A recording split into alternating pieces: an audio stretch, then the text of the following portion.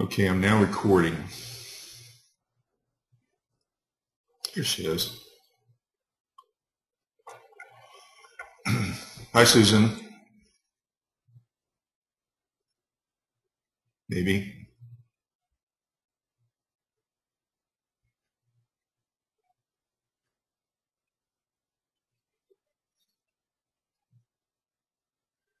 Maybe she didn't let the audio up. So I'm going to give it a few minutes here. It takes everybody time to get here, so I'll get going here in a minute.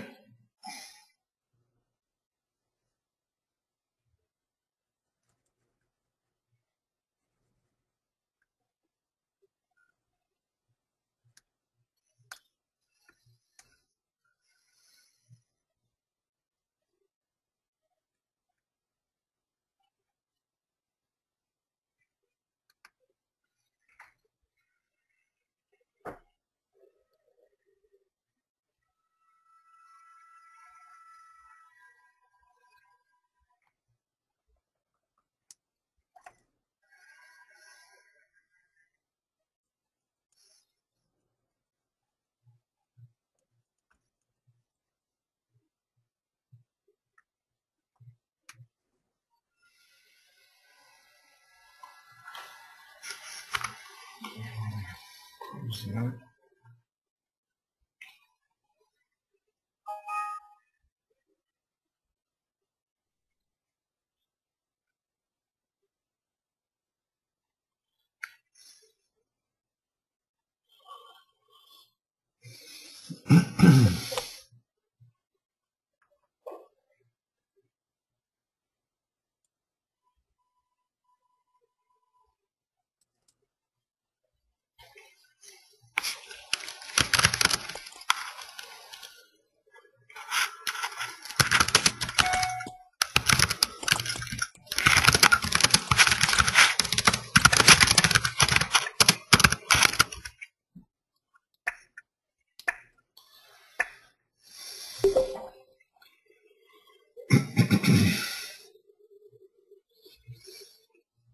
Michael, this is Susan.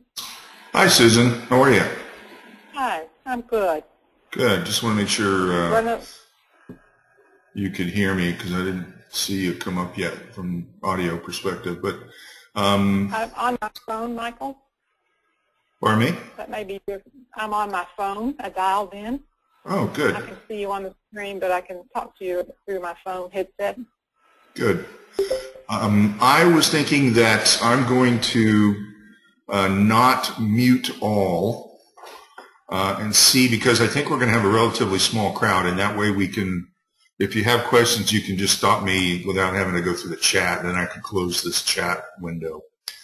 Okay. With this few people, I think we can get away with that. If it gets kind of unruly, I'll just not unruly, but you know what I mean, distracting, then I'll just turn on the mute all. Okay. I'm going to mute my phone while I listen to you. Okay. Talk to you later. Okay, doke.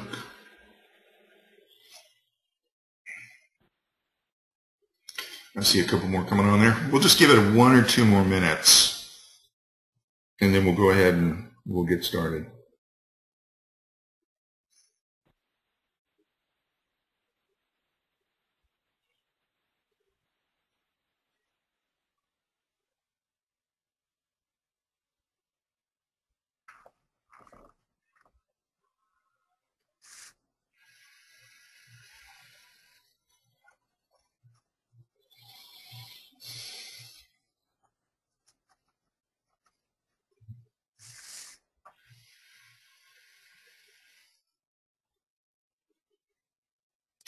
Another good thing about this level, this size of group, is that we can have quite a discussion. You can stop me at any time.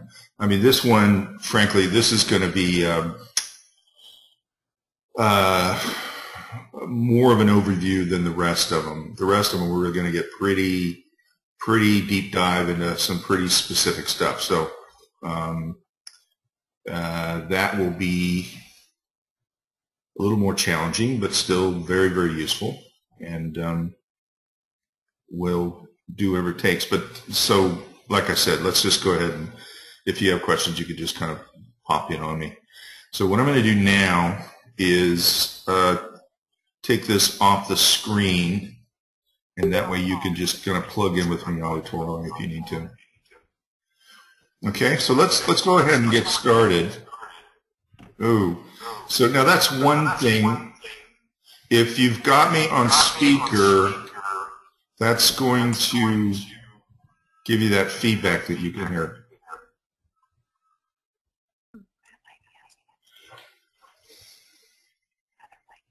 Are you able to take me off?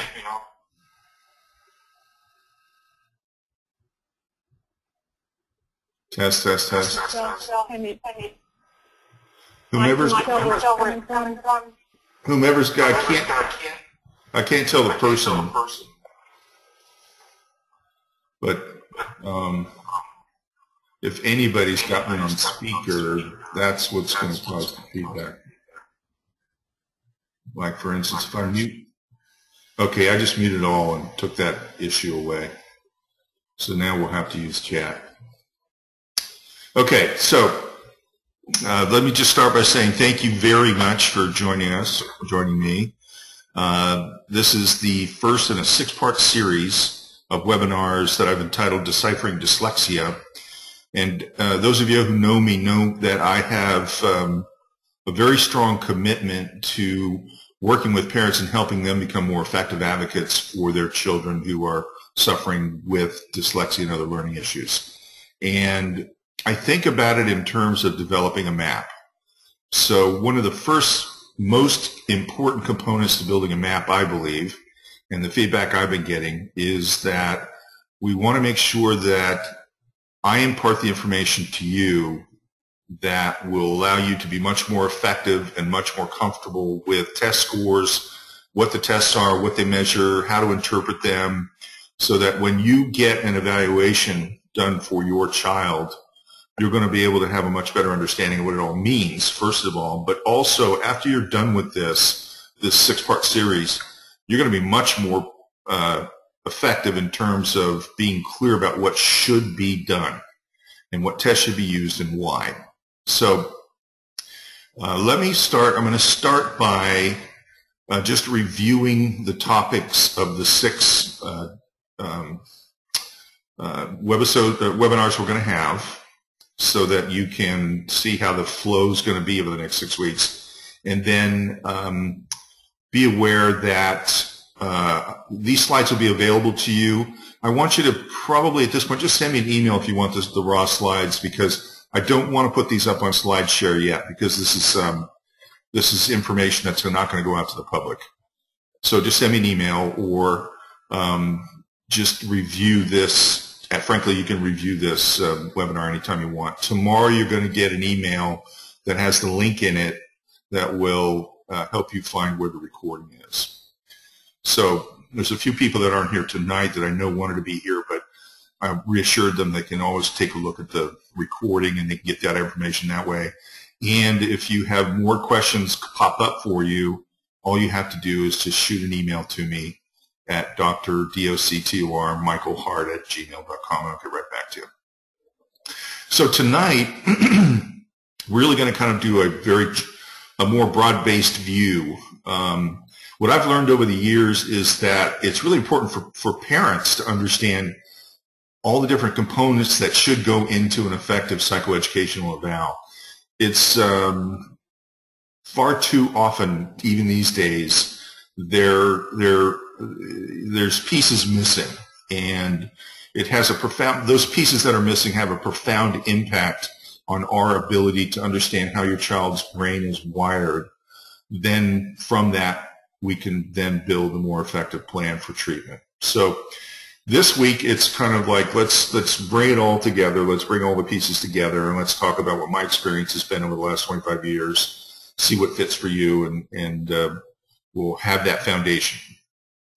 The second webinar, which is going to be a week from tonight, which is June 17th, we're going to do another deeper dive with the WISC-4. You're all familiar with that, of course, the Wechsler Intelligence Scale. And one of the things I did to figure out what I wanted to do in these 6 webinars was I reached out to all of you, mostly through Decoding Dyslexia, and I just asked you, what do you want to know about? And so these are kind of a reflection of a lot of different people coming back to me and saying, look, how does this WISC, how does it, what's the role does it play in terms of the diagnosis itself? So I'm going to answer that question. It's kind of a broad-based question, but I'm going to answer that. More importantly, I think, for so many of you is getting a better understanding of the working memory and the processing speed piece and how that fits in the puzzle. Some of you have heard me in earlier videos talk about how the Wechsler is now broken out into 4 different indices, 2 of which are processing speed and working memory. So we're going to do a deep dive into that so that you'll really have a strong understanding of what that is, not only what that is, but how it impacts your child's reading, writing, and spelling. Then in the third one, which will be on June 24th, we're going to do something similar with the comprehensive test of phonological processing. We're going to do a deeper dive with that. And I think certainly there are a lot of tests that measure phonological processes. I happen to like this test a lot. It's a quick test, but it covers a lot of ground. And I think that by doing a deep dive dish, we can parse out all the different aspects of phonological processing, because if you remember some of my earlier work, we talked about how that's such a cornerstone foundational skill that's often missing for lots of dyslexic kids and dyslexic adults. And we want to have a super duper clear understanding of that in order for us to be able to plan properly, quite frankly, and to get a clear understanding of where we should start. Excuse me. The fourth one will be the fourth webinar is going to be on July 1st. And this is I think I'm crazy for doing this, but we're gonna delve into that interaction between ADHD and dyslexia. We're gonna try to see if we can parse that a little bit. I'm gonna give you the most recent research on how we're trying to figure out where one ends and the other begins. Now, this is a super complex, but I think it's going to arm you with some very, very critical data, because oftentimes your kids are going to be kind of challenging you in this way, and you're going to have a good understanding of it. And then another question that came up a lot is going to be the core focus of our 5th webinar, and that is this whole idea of dyslexia and the quote-unquote gifted child. Just in the last couple of months, I've consulted with a number of parents who have been struggling for a long time, and their kids have been struggling for a long time because their kids are rather quite bright, but they still have rather substantial issues with dyslexia and phonological processing. So it can oftentimes be confusing to someone in the school system who doesn't really understand what they're seeing. And so the parents understand the struggle that the kid's going through, but it really doesn't result in the kind of collaborative nature or collaborative relationship where people can get what they need from the school. So we're going to talk about, what that looks like and how it kind of manifests, what it looks like, what it might look like in elementary school, what it might look like in middle school, what it might look like in high school, and some of the things we can do about that. That's another really challenging thing, but I think I think there's a lot of things that we can do to help with that. And then finally, I wanted to circle back and do another webinar on the 6th webinar, which is going to be on the 15th of July. I think I mentioned that dyslexia and the gifted child is going to be on the 8th of July. So we're going to wrap up with another example of science and the art of interpretation. We're going to take you through an eval from soup to nuts, from the very beginning all the way through, and we're going to deconstruct everything, help you understand what the test scores mean, how to bring them all together, and how those results influence what we think needs to happen for this young boy or girl. And I wanted to do that because some of you have been through this with me before, and I wanted you to have the experience of realizing just how much you're learning by diving into this stuff. Like, I mean, you have to understand that you are going to be much more, you're going to have much more information than the vast majority of your peers in terms of testing and scoring and interpretation. And until you get through this and get to the end and you notice how quickly you orient, when I go take you through an eval, and how quickly you orient to how to like what the process is for breaking it down and looking at the test scores and understanding the test scores and starting to kind of draw some lines between some things and starting to think about, okay, what does that mean in terms of what we're going to do? I think you're going to be very, very pleasantly surprised. You're going to learn a lot. And sometimes it doesn't feel that way when you're in the middle of it because some of this stuff is pretty complex. And so you get into it, you swirl around a little bit, but you sleep on it, you go back to it when you need to, and you just give it time to integrate and be patient with yourself. I keep delivering that message because I think it's really, really critical. In order for you to be the most effective advocate for your kid, you've got to take care of yourself. And part of that is taking a deep breath and remembering, you know, this is what I want to say, a triathlon, not a sprint. So I think give yourself some time to absorb all this information, and I think you'll realize, I know a couple of you that are listening in are quite strong parents, and you have an incredible database, and others of you are just getting started. So I think both groups will find some value in this. So that's what I hope. Now, I entitled the first one Psychoeducational Evaluations and the parents usually missing link. And I think I'll be able to tell you why there is usually this missing link. Nonetheless, it has to be addressed and it has to be resolved.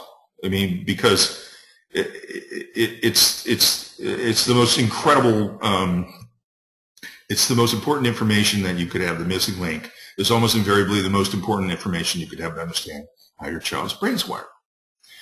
So, let's take a look at, I'm going to walk you through what I did with my parents when I was testing kids, and then I'm going to walk you through specific tests for each of these different areas and other components to this. And I think at the end, hopefully you'll have some good information. Now, I want to start by just talking a little bit about what drives me. I've been doing this a long time, 25 years. I've many hundreds of evaluations, almost 1,000, I think. And as I said, if you want to be an effective advocate, you have to arm yourself with the right information. And what I found is that the evaluation is such a cornerstone piece, such a kernel piece to help with planning that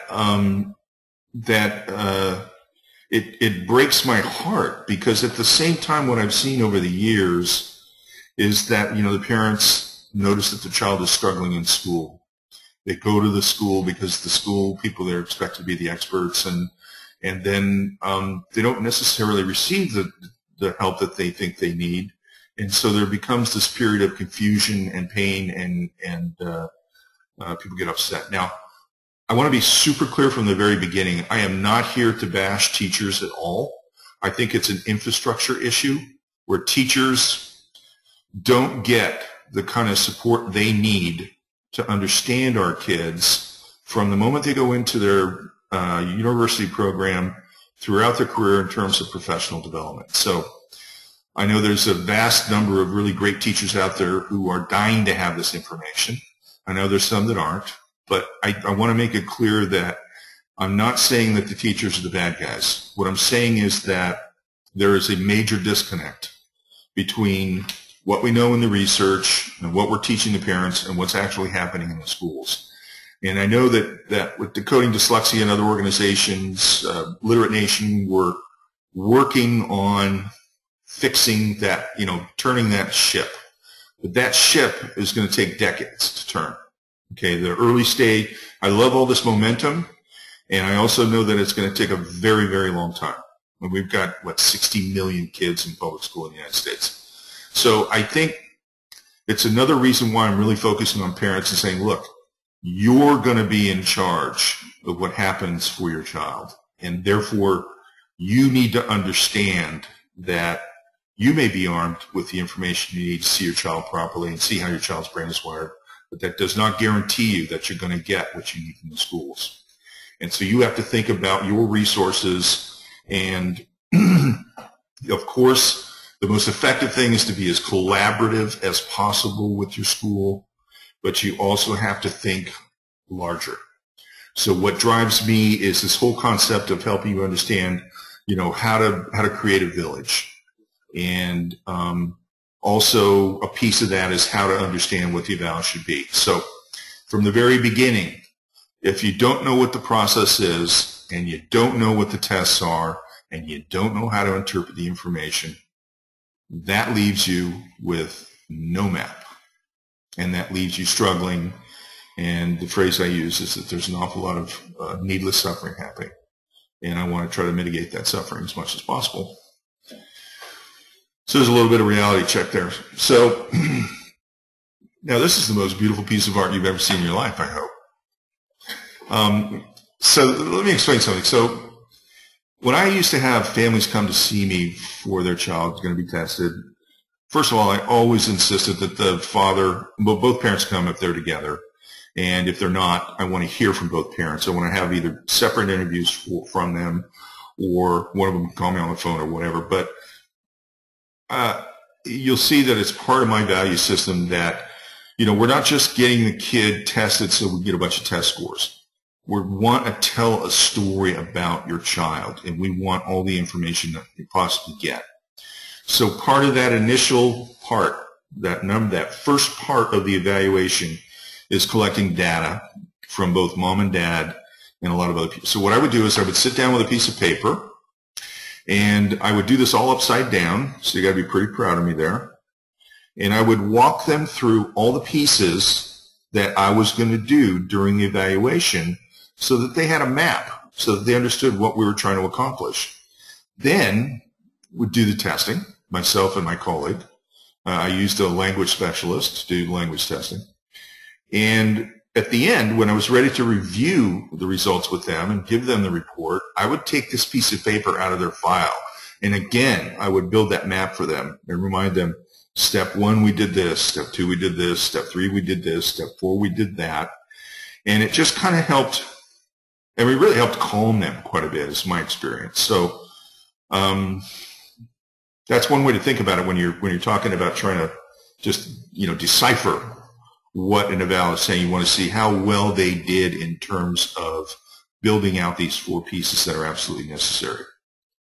Okay, so these, let me see if I can use this little tool over here.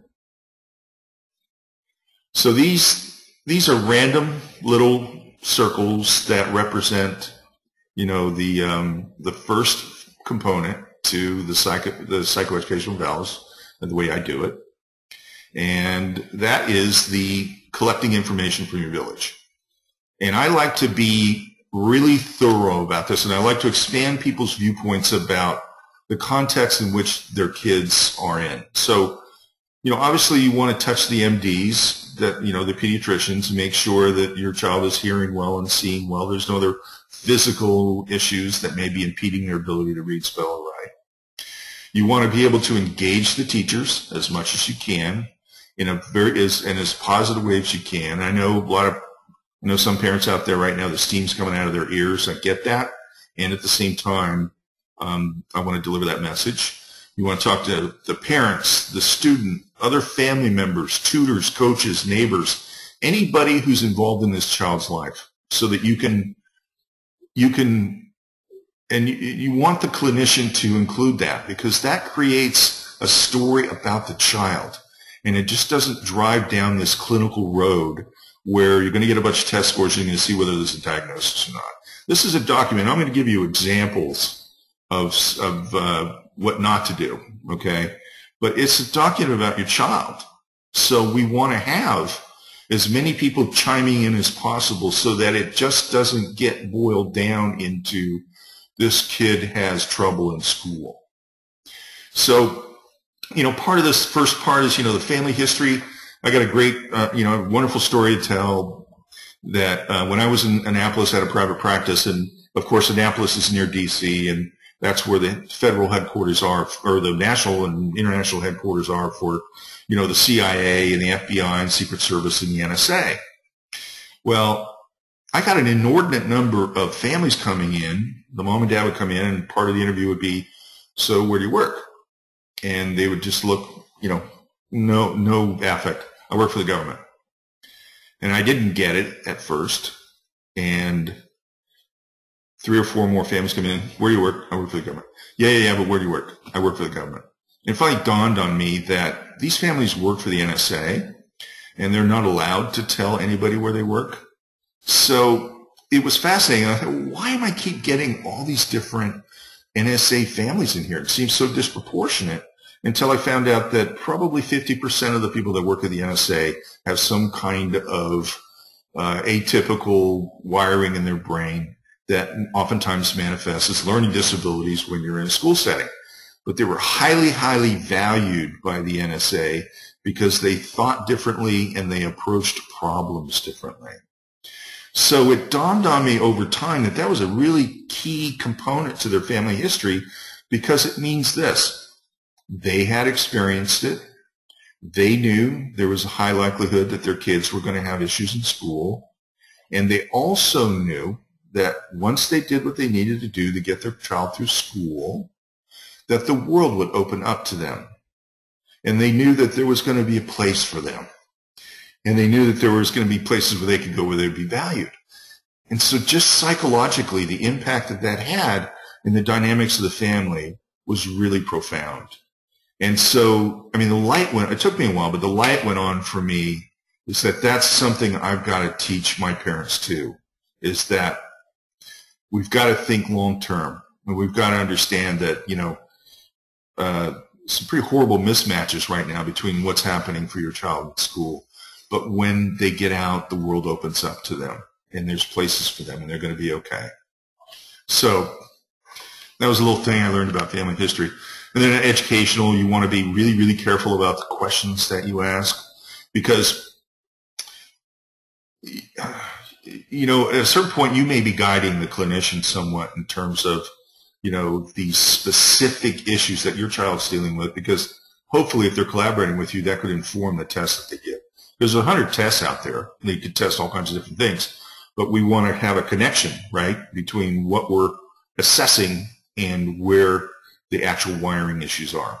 And so, of course, then you have all the checklists and the observation forms and so on and so forth. And that, again, speaks to the issue of a lot of our clinicians, they get tired and they get in a rut, and they just do the same testing every single time, and they give the same checklist every single time, and they give the same observation forms every single time, when they really, frankly, it's going to be much better for everybody if they just be more thoughtful about that. So the more educated you are, then the more likely you're going to be able to impact that process. Okay, why did I just lose everything?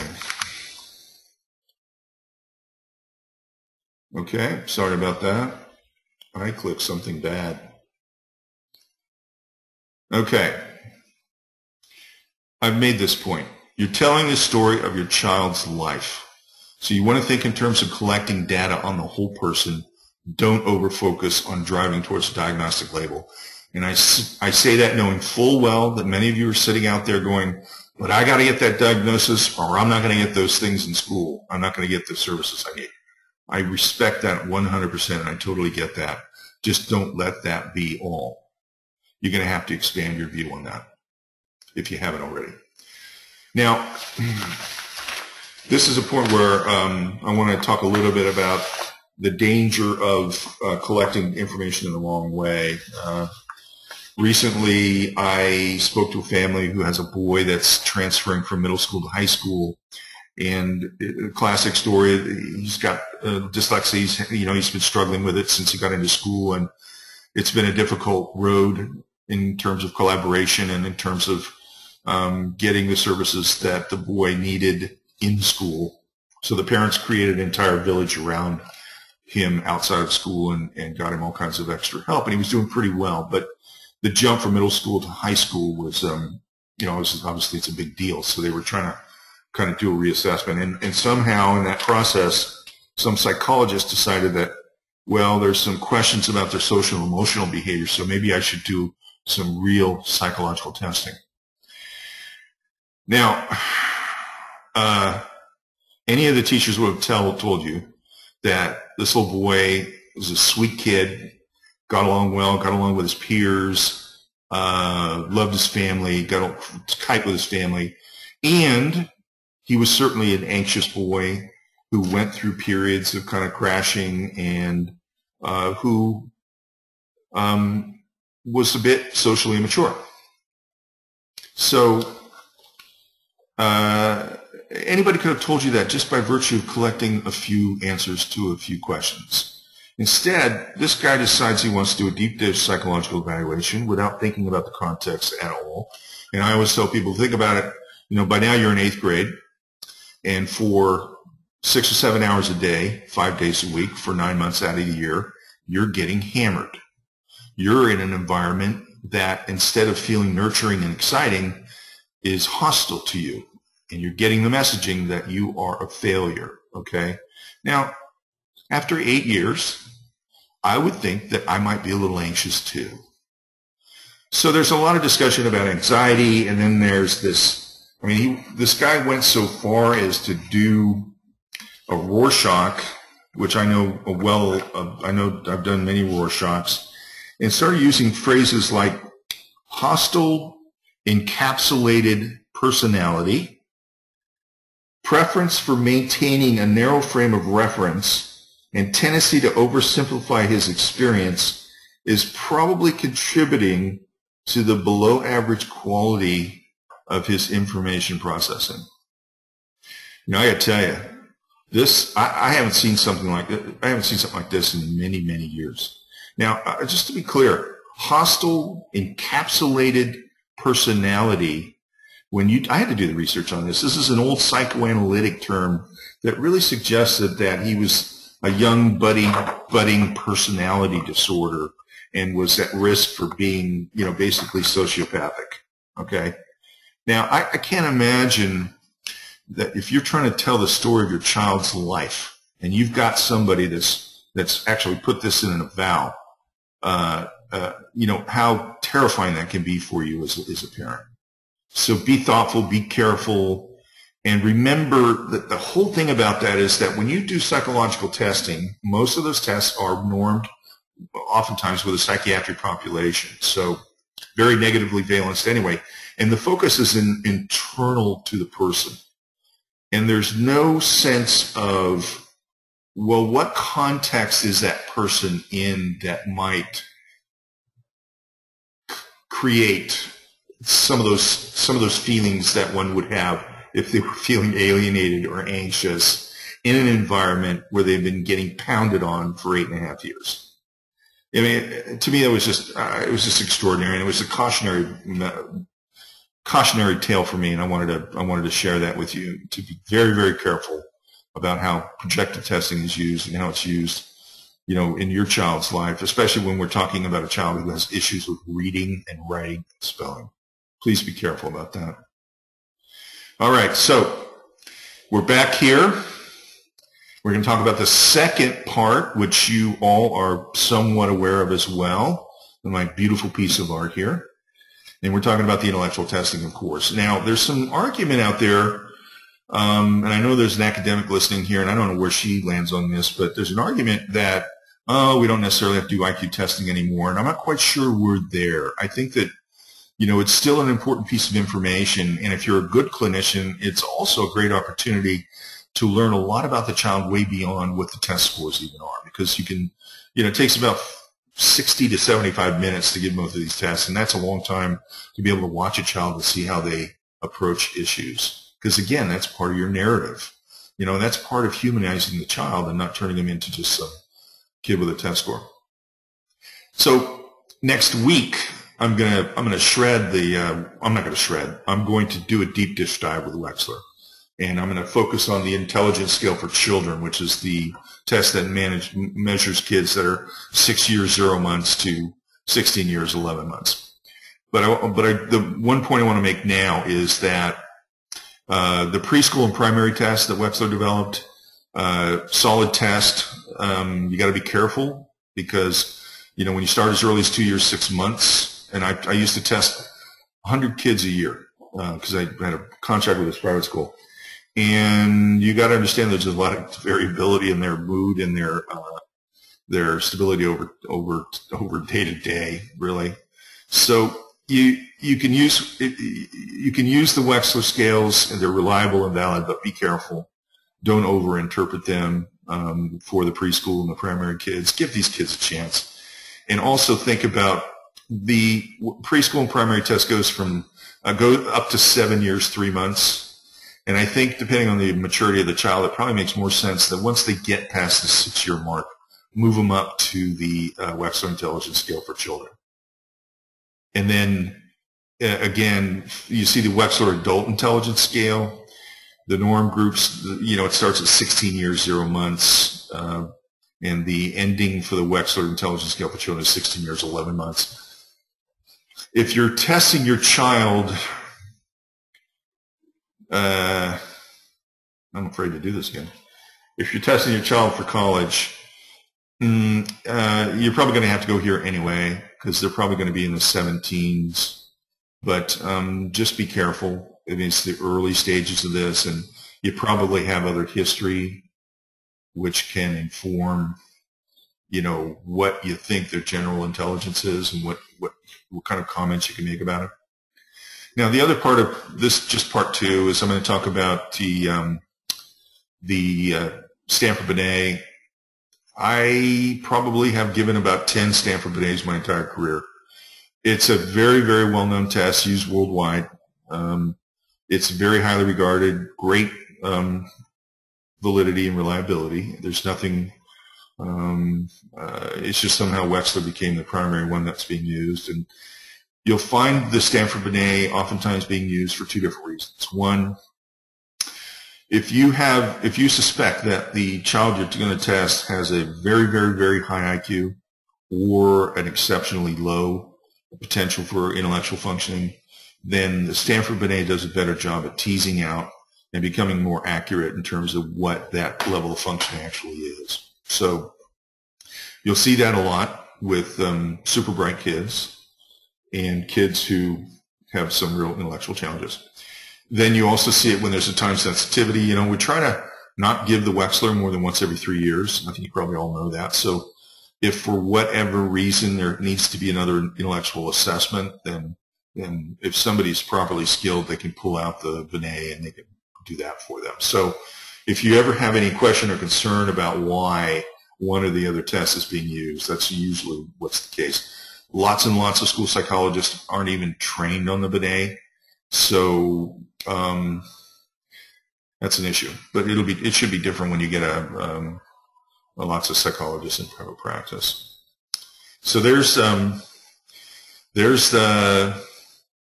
the second component.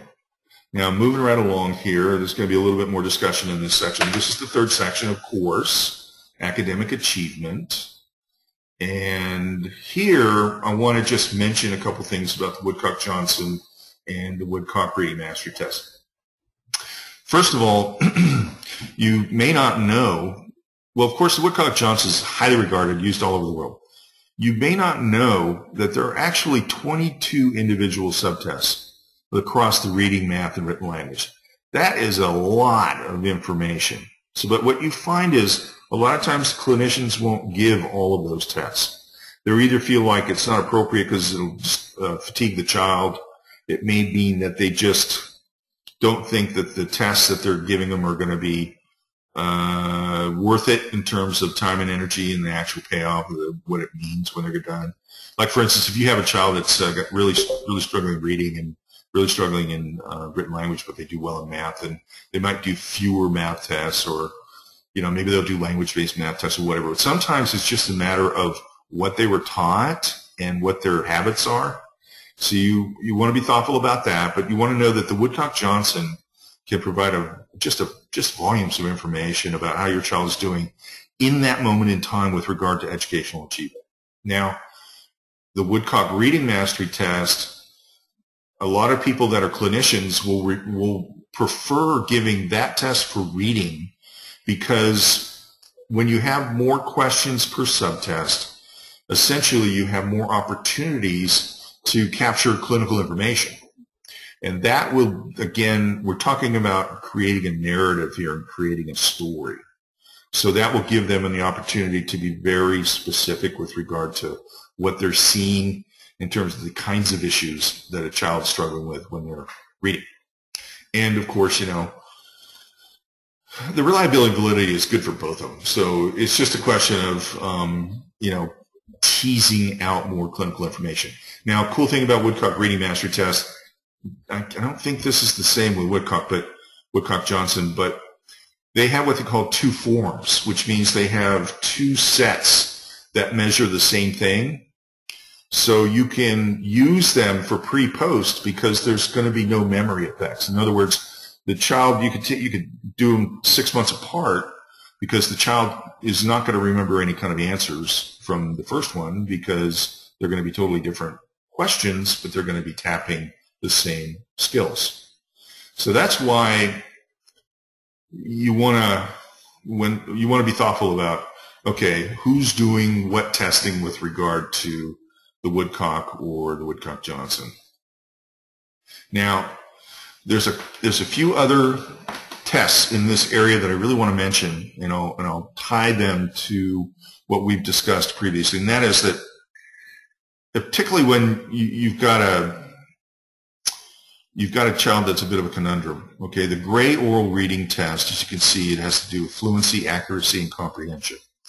Now, we know from our previous discussion, not this time, but before, those of you who were with me, that we want to get a sense not only for word recognition, the lower level reading skills that have to do with, you want to increase their automaticity. So the rate at which you're able to decode words, and then the rate at which you're able to build a sight vocabulary. That has a really significant impact. That's phonologically based. Basically, it's just basic building blocks. But then once you get to the point where you're reading to learn, then we really want to focus on the fluency, the reading rate and the accuracy and the comprehension. And we need to understand that well. So if they're really struggling with the phonological still, you know what you're going to get here. But again, if they're coming along phonologically and they're really struggling with their fluency and their accuracy and their comprehension, then you got to start thinking about what's going on here. And that's where there's been more discussion lately about rapid automatic naming, and that being a subset of dyslexia, because the child may or may not have issues with phonological processing, but their rapid automatic naming, their rapid recall is not up to what you would expect based on their intellectual capabilities. That's going to have a huge impact on fluency. That's going to have a huge impact on accuracy and comprehension. So that's really, really good data to have, because that's where you want to zero in with your treatment. Now, the next, so I put the test of written language in here because I wanted to have a discussion about it. So is there a reason GORT 4 versus GORT 5?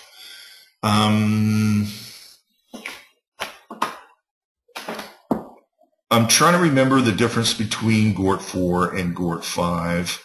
And I just wrote it down, so let me know who you are, and I'll see if I'll come up with that answer for you, and I'll send you a answer on that.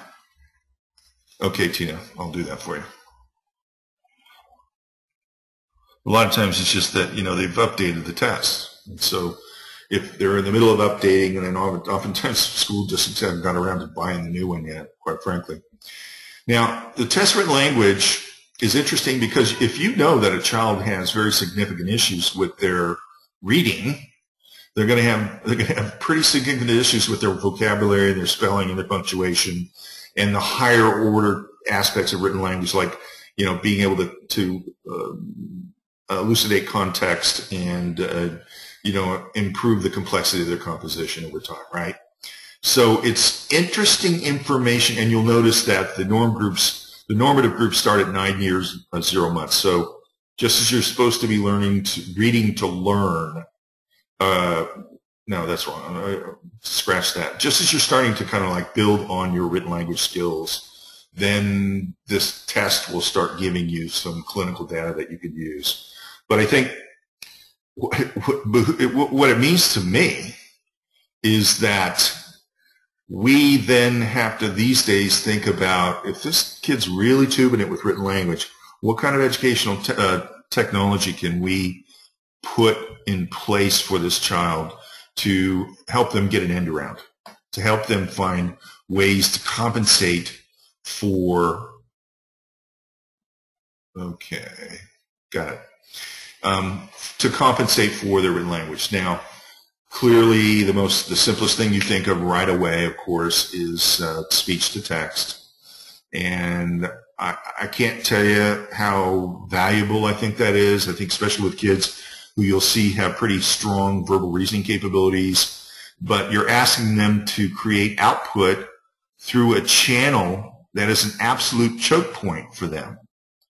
So it's like, okay, we know they're going to have terrible scores, but it behooves us as teachers and parents and other adults to think about what tools are available now to provide this child with the opportunity to start creating output that's consistent with their intellectual capabilities. I mean, I had a conversation this morning, and I think all of you know that I'm going to be doing some webinars with Kyle Redford. And Kyle, she not only a teacher, but she has a dyslexic child, and she's more comfortable than me. And I've been saying this for years, but if you have a child that's a really lousy speller, they're always going to be a lousy speller. And so how do we help them accommodate for that? We don't try to jam them up for being lousy spellers, because they're always going to be lousy spellers. And I've had to get more and more comfortable over the years saying that. She just tells them, look, let's get the technology out here, because this kid's not going to spell well. So I just love that part of the conversation. But anyway, the test of written language is kind of interesting in a reverse way, because it's kind of giving us the data we need to, of course it's going to have difficult score, low scores, but that's not the issue. The issue is what we can do about it. So then another kind of piece to that is I left the Beery developmental test of visual motor integration. It's called the Beery VMI. A lot of you have probably seen this in your kids' testing, and it's a good test.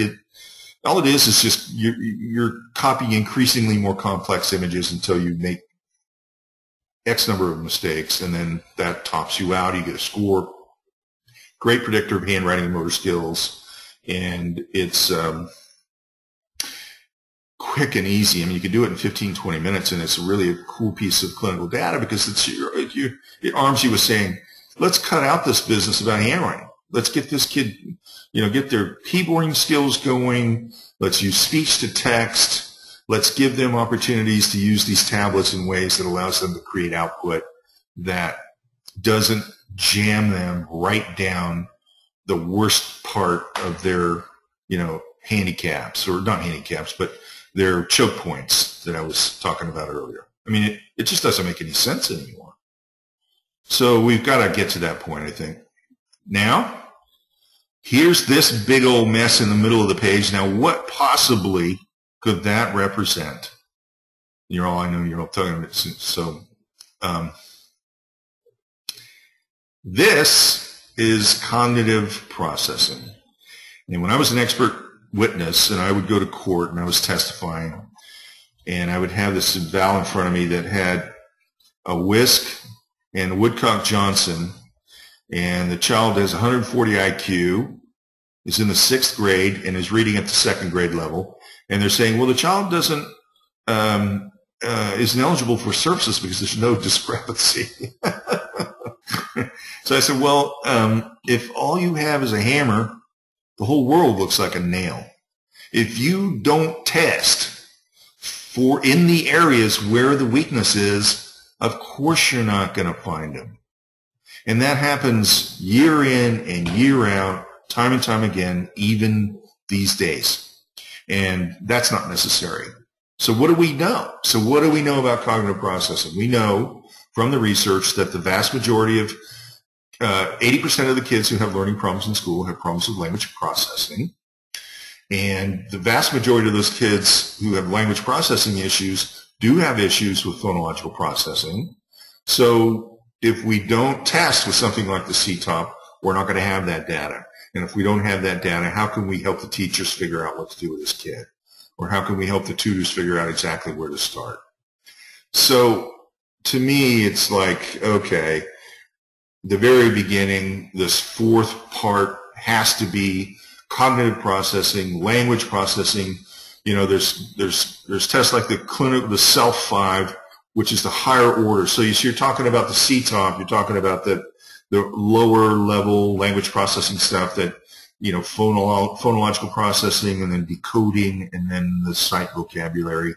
Built on top of that is the much more complex aspects of language functioning like syntax and semantics and morphology. And so in the lower level, it's all about increasing automaticity. At the higher level of language processing, it's about teaching them how to strategically use the skills they have to become a better reader. So you've got to think, this is where you really start asking good questions, or you start providing good information about the kinds of issues you're seeing, so that helps the clinician drive the test. Now these days, I think we have to be much more cognizant of the rapid automatic naming and what Marianne Wolf and Martha Denkla called rapid alternating stimulus tests. Marianne Wolf and Martha Denkla built these 2 tests. They're very quick to give, but they provide a wonderful clinical information, because I think a lot of us are missing the boat, and I have to take responsibility that I have in the past missed the boat too, in terms of, okay, if they're doing okay with their phonological processing, but they're really, really still struggling, you know, with their fluency and their comprehension, what's going on there? I'm missing it. I'm missing the pieces. So a lot of times, I guess you'll hear it from Louisa Moats and you'll hear it from Marianne, that up to maybe 25% of our kids with dyslexia, there's a subset. And I know we talked about the what's the double definition or the double disability or whatever. I forget what it's called. But I think we need to pay more attention to this. And because it's so quick and easy to give, I think it should be a pretty solid piece of our vows that are getting done these days. Now, when I was testing, I used to really like this test. Wide range assessment of memory and learning. I don't know how many of you are familiar with this, but goes by RAML. That's the acronym Joe always loved. And you can start as low as 5 years. You can go all the way up to 90 years. But it yields, remember how indices work, right? You've got a subset of subtests, so to speak. You've got a grouping of subtests that are statistically manipulated to provide you with an index score, which is you're taking a standard score at the subtest level, combining it with other subtest scores, and that is going to provide you with an index score. Okay, and it's kind of it's a score that represents different aspects of a specific skill. So you can give the RAML and you can get a sense for verbal versus visual memory. You can get some information about attention and concentration and working memory. And you can break out that working memory in terms of symbolic and verbal working memory. Now remember, when we talked about the WISC, you know, they've got a whole indice or index score for working memory. So you'll notice that, but it's only really a couple of tests, a couple of subtests, you know. It's coding and you got me. But so this is a test where, remember, you don't have to give every subtest of every test that you got. But if you're really adept as a clinician or really adept as a parent, when you start educating yourselves about this, you go, I wonder if I could get someone to do this and get a little bit of data and a little bit of clinical information, and that may be the key to helping the teacher or the aide or the tutor or yourself to figure out where might be some specific focal points that you want to focus on. So I really like the RAML, and I think it should be in everybody's toolbox. Whether you give it every time or not is a clinical question. Now, I also like the Peabody. It's a very simple test, really quick and easy to give. It focuses on receptive language, right? So that's the language that you're taking in and listening to and trying to understand. Mega simple. You know, it's a book with 4 different pictures in it, each page. And you say point to the apple, you know, and then it's point to the ball, point to the boy hitting the ball, point to the girl riding the bike, point to the blue house with the yellow awning and the dog at the front. So it's just a quick and easy, and I think it's may or may not. If you're not seeing any kind of receptive language issues, then don't bother with it. But you know, if you are questioning their processing speed with regard to how well they, say for instance, a child that I was talking about the other day, they got above average intelligence, but when they're in a noisy classroom and the teacher is providing directions that may have like 3 steps, and they're just not, I mean, they got strong intelligence, but the boy is just not processing directions, 3-step directions quickly enough. And so he gets in trouble because he doesn't finish or he doesn't complete the task the way he was supposed to. And if we don't understand that about his brain, then he's going to get penalized a lot when he shouldn't be, because it's our job to figure that out and put the poor little guy in front of the room and make sure that you've got eye contact and make sure that he gets what he needs to process the information. Am I preaching to the choir or what? Okay, so that's a lot of ground. Now, good, all right. Now, there's 150 tests that you can give, you know, and I know some of you have heard about the Lindamood, some of you like it, some of you don't.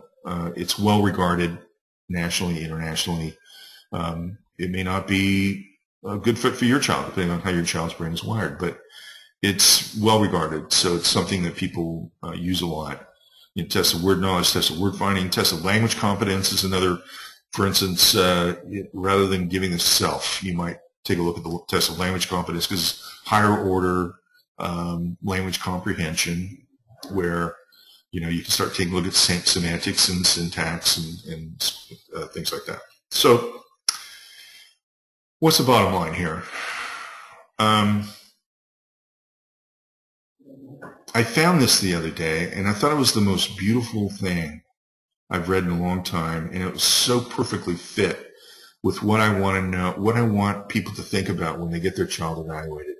The funny part is that Alison Krogan, the naming is like a romance novel, but, you know, and all meet in singing, which braids together the different knowings into a wide and subtle music. The music of living. So what I want to leave you with for this first one is that let's not forget romance is not the right word. Let's not forget that we're talking about your kid, and we want to build a story that's not just about what their scores are and where they don't do well, but it's about being able to talk about your son or daughter in a really humane, compassionate way. And it reminds others to look at your child and think about your child as this beautiful little kid.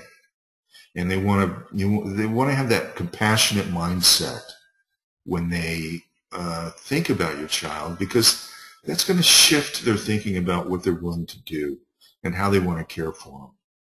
So I thought I wanted to leave this with you because it was so beautiful. When I was teaching my proteges or my mentees how to provide feedback to the families after the eval was done, I always used to tell them, now listen, don't go in there and just go rat-a-tat-tat. Go in there and sing to them. You know, catch their hearts and their souls, and make sure that they're feeling hope, and they understand that it's going to be okay, and that we've got our arms around this kid now, and we're going to build a village, and we're going to make this okay, and you're not alone. So braid together all those pieces of this evaluation into a beautiful, wide, and subtle music. And that's that. So thank you so much again. I want to remind you that we're going to hit the whisk next week at 7 p.m. on the 17th. And we're going to, oh my God, I mean, what we're going to do is so relevant and so incredibly pressing. I mean, it excites me and kind of terrifies me at the same time. So, double deficit. Thanks, Tammy. Questions? Let me see if I can, are you here? Good. Let me see if I unmute you, whether that helps or whether we're still going to get feedback. Any questions that I can answer for you right now?